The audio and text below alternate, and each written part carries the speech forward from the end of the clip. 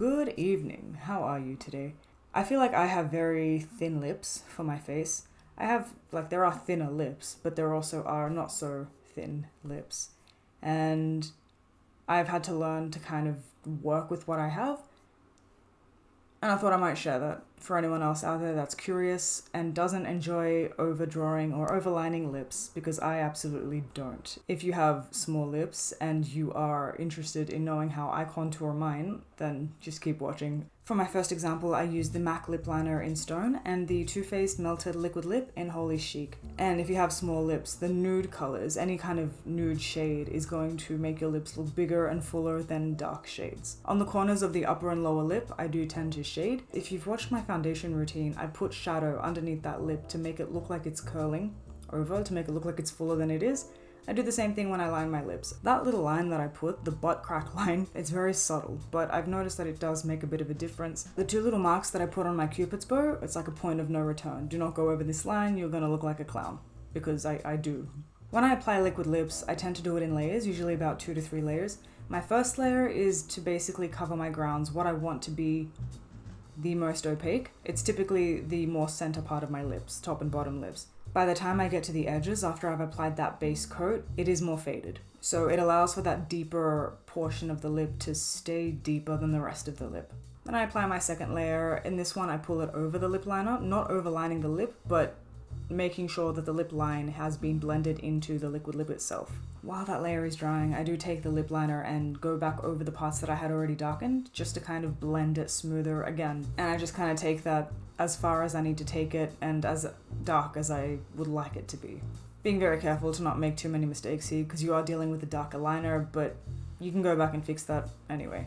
To finish that one off, I go in with a highlight typically, but I don't have highlights, so it's like a light shadow, and I highlight the cupid's bow. I have a pretty sharp cupid's bow, but it does bring it out a little more and makes it more of an even balance between the bottom lip and the top lip. And for the end result, I think that my lips look more full. It's only subtle, but I like it. I can tell that it's bigger than it's supposed to be without it looking overdone, you know what I mean?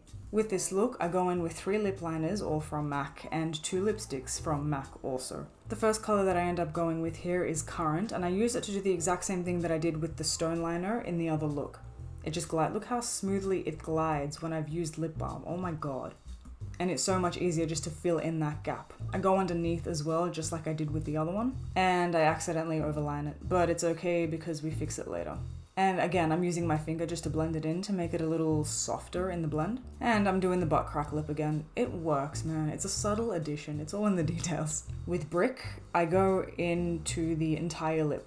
I do this for 2 reasons. One, I don't have a lighter red, so I can't do that thing where it ombre effects into this 3-dimensional whatever. But the main reason is because lipsticks are a cream base, and lip liners kind of hold them in place, sort of like a solid, primer. When you line your lip completely, especially using reds or purples or any dark colors that I found, it looks like they fade quicker because they are darker and you can see them fade, as opposed to nudes, which you don't really notice.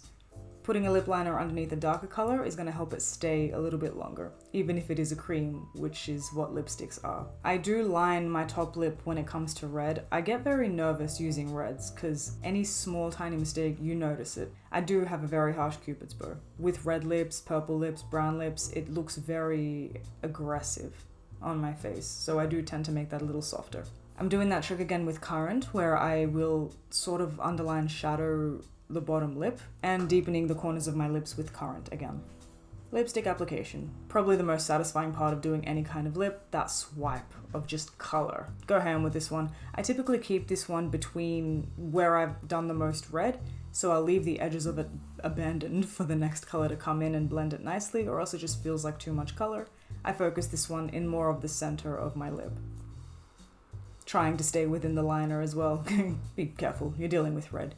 This lipstick is so flat, I've used it to hell. It's a good color. In retrospect, I should have used a lip brush for this part, but I didn't think of it. And I use it to color the corners of my lips where I've applied Current. Oh!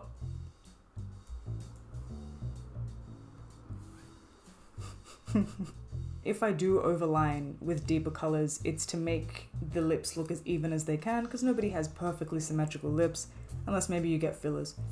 Just another reason to, try fillers one day. Because my lips do have such a harsh outline, I tend to soften them as much as I can with reds, purples. You'll see it in any additional videos that I do. I try to soften the lip with a darker color. Sometimes I don't. It really just depends on the day or the look or how I feel. To clean up any mistakes, take a really, really tiny angled brush and your concealer and wipe off as much of that concealer as you can on the back of your hand, because you don't want to create new lines, you just want to get rid of old ones, and go in with a very, very gentle hand. My best advice to getting rid of unwanted lines is swipe inward into the lip. Don't so much swipe onto your face. It is much easier to reline a lip than it is to rub off foundation and concealer and powder and do it that way. And that's how I look with a red lip. That's it from me today. I hope that I was able to teach something or give some sort of value to lip contouring. Unfortunately, I only have the one set of lips. I can't explain how different lips would be done to suit your face. It's harder to do that one. But I hoped I could help you with this if you had thin lips and you just wanted to know how to not look like a clown. Because there's a common misconception that if you have thin lips, you can overline them and make them look thicker, but I've found that the thicker that your lips are, like the fuller they are, the more you can overline them and nobody can tell that you're overlining them. The thinner they are, the more you'll probably look like a clown. And it sucks because we're the ones out here that want a little bit of volume, just a little bit. But that's okay, makeup is there and it's all an illusion anyway, so it's a lot of fun to play with. If I was able to teach you something new today, leave this video a like, and if you'd like to see more, then consider subscribing. I will see you in the next one.